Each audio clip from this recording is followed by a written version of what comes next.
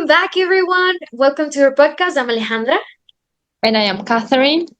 So today we're talking about something a little bit different. We're doing something different. We're looking at very two different novels. We have City of Glass and we have Rabbit Hole. And on the surface, they look very different, but fundamentally, they're about people losing their grip on reality. Yes. Exactly. I thought the same thing when I read both the novel and the play.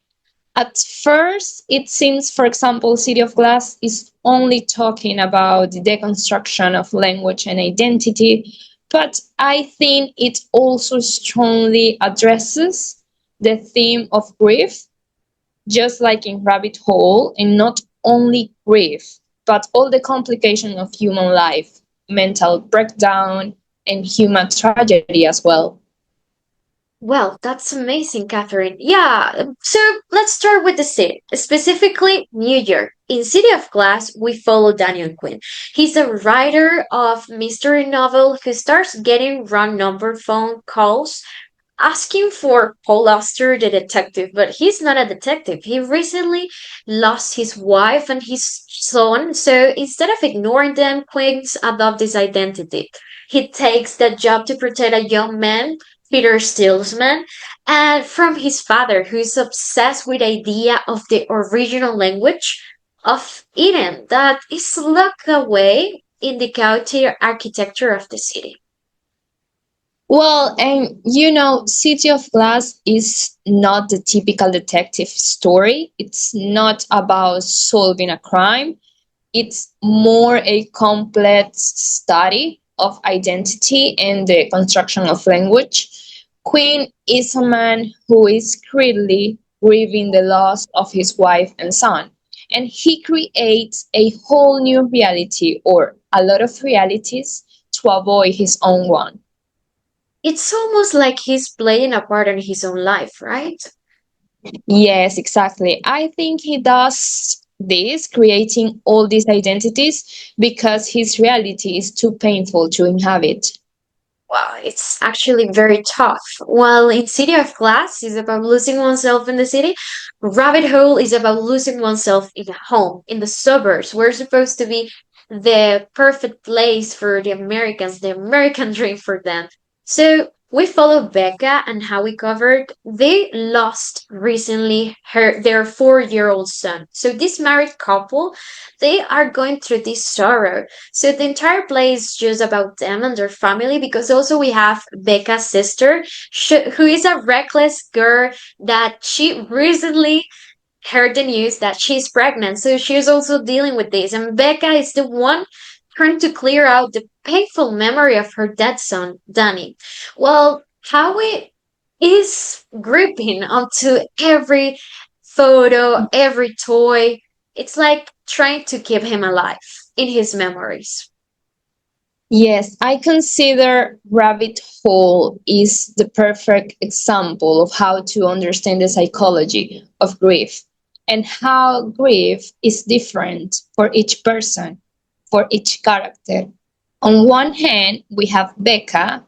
She wants to forget the things about her son. And on the other hand, we have Howie, that for me, he wants to hold onto the pain he feels over his own death, because that pain is the last connection he has left. Yes, and that's the tension, right? Howie wants to keep the memory alive, and Becca feels like this memory is a ghost that won't let her breathe. That's correct. And watching the processes each character goes through is like observing the 5 stages of grief. We have denial, anger, bargaining, depression, and acceptance. For me, Becca is between anger and denial.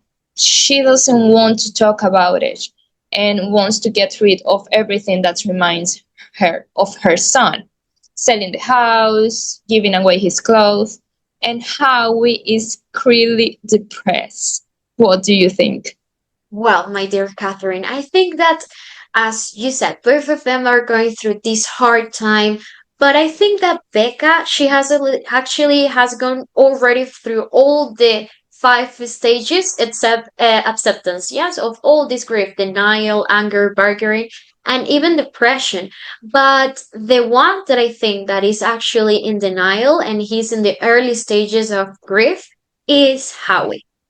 So, my dear Catherine, if we put these two side by side, the detective who wants to find a true language and the mother who wants to find a parallel word, what's the takeaway?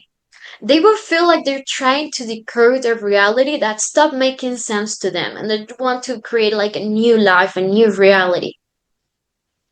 Well, at the end, if you put City of Glass and Rabbit Hole side by side, you realize they show the two worst sides of losing someone, completely disappearing or having to stay behind to pick up the pieces. Yes, and ultimate, I think that at the end, both characters have to face the silence. Quinn vanishes into the city, and Becca has to stop looking for portals and just sit on her own backyard with this word, with her husband. Yes, it's tough, but it's real. This is like the real life, like experiences. Whenever it is a city of glass or a house in the suburbs, the struggle to reconcile with what happened and what we wanted that happen, it's like try to face this. I think it's a universal feeling trying to deal with grief. And anyone, or I would say like anyone who could happen or go through this is a really tough thing. Yeah, yeah, grief doesn't work the same way for everyone. Each person experiences in their own way, and the only way to heal is go through it. Yes, that's right, my dear Catherine. So that's what we have for today.